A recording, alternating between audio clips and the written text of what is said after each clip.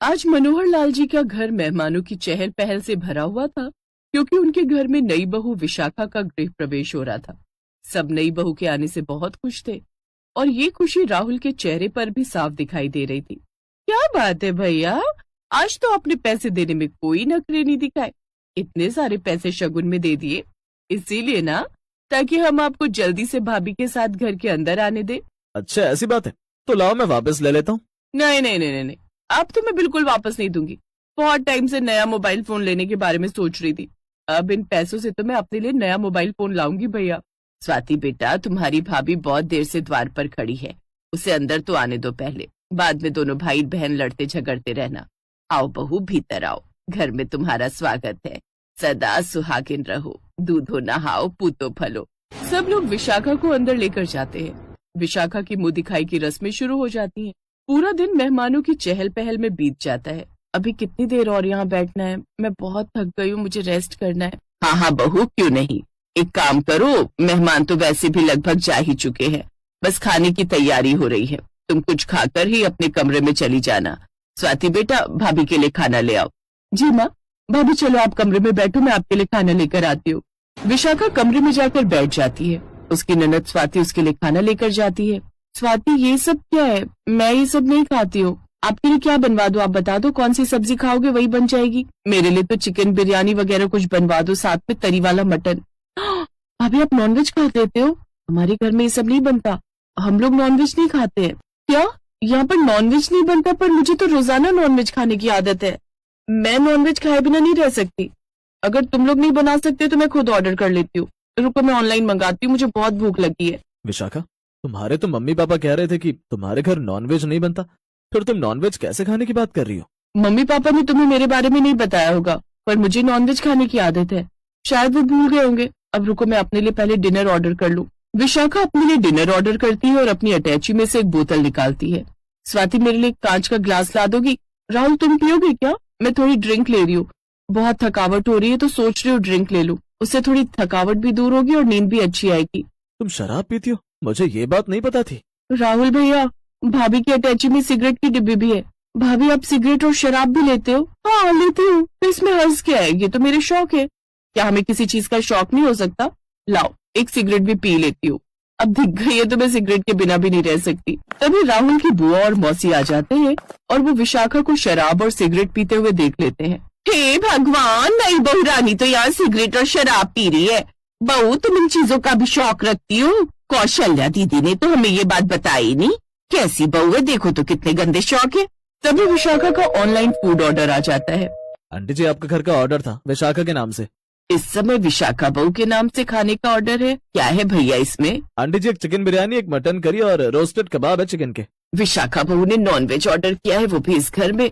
भैया जरा रुकना, मैं एक बार पूछ लेती हूँ, कहीं गलती से हमारे घर का ऑर्डर ना हो गया हो, किसी और विशाखा का होगा। मैं 1 मिनट पूछ कर आती हूँ। भाभी, आपका ये ऑर्डर है, आपकी नई बहू ने मांसाहारी भोजन ऑर्डर किया है। अंदर जाकर देखो, नई बहू शराब के घूंट भर रही है और सिगरेट भी फूंक रही है। ये क्या कह रही हो ननद जी? विशाखा की सास दौड़कर कमरे में जाती है। पूरा कमरा सिगरेट के धुएं से भर गया था। शराब और सिगरेट की बदबू पूरे कमरे में फैल गई थी। अभी तो बहुत रात हो चुकी है, कल एक काम करते हैं, विशाखा के मम्मी पापा को बुलाएंगे, तभी कोई बात हो पाएगी। पापा, अभी 1-2 दिन रुक जाते हैं, मैं विशाखा को समझाने की कोशिश करूंगा, हो सकता है वो मेरी बात समझ जाए। अगर फिर भी नहीं समझी तब हम उसके मम्मी पापा को कॉल करेंगे। राहुल ठीक कह रहा है, ऐसे अचानक से उसके मम्मी पापा को बुलाया तो समाज में इज्जत खराब होगी। लोग कहेंगे 4 दिन हुए नहीं बहू को आए और लड़की के माँ बाप फैसलों के लिए आ गए हैं। राहुल ने अगले कुछ दिन तक विशाखा को समझाने की बहुत कोशिश की, पर विशाखा ने राहुल की बात नहीं मानी। वो रोजाना ही नशे में रहती और चिकन मटन मछली खाती। एक दिन जब काम वाली रजनी विशाखा के कमरे की सफाई करके बाहर आई। आंटी जी, एक बात कहूँ, बुरा तो नहीं मानोगे? हाँ हाँ बोल, क्या हुआ? आंटी जी, बहू रानी के कमरे में अजीब सी दुर्गंध आती है। नई बहू रानी के कमरे में कौन आता है? क्या राहुल भैया शराब सिगरेट पीने लगे हैं? और कुछ मांस की हड्डियों के टुकड़े भी मुझे झाड़ू में मिले। मतलब आपके घर में पहले ये सब नहीं दिखता था, अभी कुछ दिनों से दिखाई दिया तो सोचा कि पूछ लूं। रजनी, मैं इस सवाल का कोई जवाब नहीं दे सकती। मैं इस समय कुछ कहने लायक नहीं हूँ। बस ये समझ ले कि हमारे भाग्य फूट गए जो हमारे घर में विशाखा जैसी बहू आई। अब बात जब एक बार घर से बाहर निकल जाए तो मोहल्ले में फैलने से नहीं रुकती। आपको पता है भाभी, सुमित्रा आंटी की नई बहू शराब सिगरेट लेती है। मैंने खुद झाड़ू लगाते हुए कूड़े में देखा, और नॉनवेज भी खाती है। आंटी बहुत रो रही थी। अच्छा, ये बात सुनकर तो मुझे भी बड़ी हैरानी हो रही है। बताओ तो कितना अच्छा लड़का है राहुल, और कौशल्या जी, मनोहर लाल जी, उनकी बेटी स्वाति, सभी बेचारे बहुत अच्छे हैं। धीरे धीरे बात पूरे मोहल्ले में फैल गई। राहुल इस शादी से बहुत परेशान हो गया था। एक दिन उसने खुलकर विशाखा से बात करने की कोशिश की, पर इससे पहले वो बात करता उसे विशाखा का एक सच पता चल गया। एक दिन राहुल के एक रेस्टोरेंट में ऑफिस की मीटिंग थी। वहीं पर उसने विशाखा को एक लड़के के साथ बैठे हुए देख लिया। राहुल उनकी बातें सुनने लगा। मानव, अब मुझसे नहीं रहा जा रहा। मैं इस शादी के बंधन से आजाद होना चाहती हूँ। मैंने अपनी तरफ से पूरी कोशिश की इस रिश्ते को तोड़ने की। मैं रोजाना ऐसे काम कर रही हूँ जिससे खुद ही राहुल मुझे तलाक दे दे। उसके बाद मैं और तुम शादी कर लेंगे। ठीक है, तो एक काम करते हैं, हम अगले महीने शादी कर लेंगे। तुम कोशिश करो कि राहुल तुम्हें खुद ही तलाक दे दे। उसे बुलाने दो ना तुम्हारे मम्मी पापा को। अच्छी बात है, जब सबके सामने बात आएगी तभी तलाक हो पाएगा। तुम आज कुछ ज्यादा ही एक्टिंग कर लेना शराब पीने की। अपने आप ही बुला लेगा वो सबको। मैं भी अब तुम्हारे बिना नहीं रह सकता। मैं भी तुमसे बहुत प्यार करता हूँ। अगर तुम्हारे पापा तुम्हारी शादी मेरे साथ कर देते तो आज हम दोनों एक साथ होते, पर उन्हें तो अपनी बिरादरी में शादी करनी थी ना। मैं ठहरा इंटरकास्ट। तुम जानते हो, मैंने राहुल के साथ अभी तक पति पत्नी का कोई रिश्ता नहीं रखा, और नहीं रखूंगी। मैं सिर्फ तुम्हारी हूँ मानव, और तुम्हारी रहूंगी। बस मुझे एक हफ्ते का समय दो, मैं तुम्हारे पास आ जाऊंगी। राहुल अब तक सारी बात समझ गया था। वो जानता था कि विशाखा उससे प्यार नहीं करती। विशाखा की शादी एक जबरदस्ती की शादी है। राहुल विशाखा के मम्मी पापा को बुलाता है। विशाखा, तुम आजाद हो।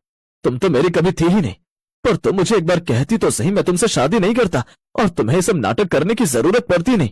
माँ पापा, मैं विशाखा को पति पत्नी के बंधन से आजाद कर रहा हूँ।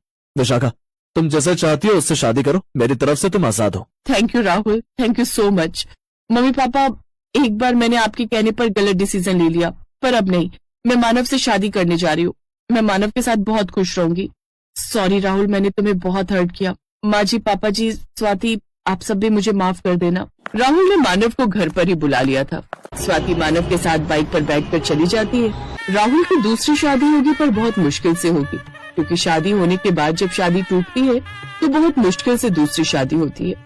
चाहे लड़का हो या लड़की, अगर अपनी मर्जी का अच्छा जीवन साथी न मिले तो दोनों का जीवन परेशानियों से घिर जाता है। लोग तरह तरह के सवाल करते हैं कि बहू शादी के बाद 4 दिन ही क्यों रुकी, शादी क्यों टूट गई, आखिर ऐसी क्या कमी रह गई। इस तरह के सवाल हर किसी के दिमाग में चलते रहते हैं। इसलिए माता पिता को हमेशा अपने बच्चों की शादी सोच समझकर और उनकी पसंद के हिसाब से ही करनी चाहिए, तभी शादी के रिश्ते सफल होते हैं।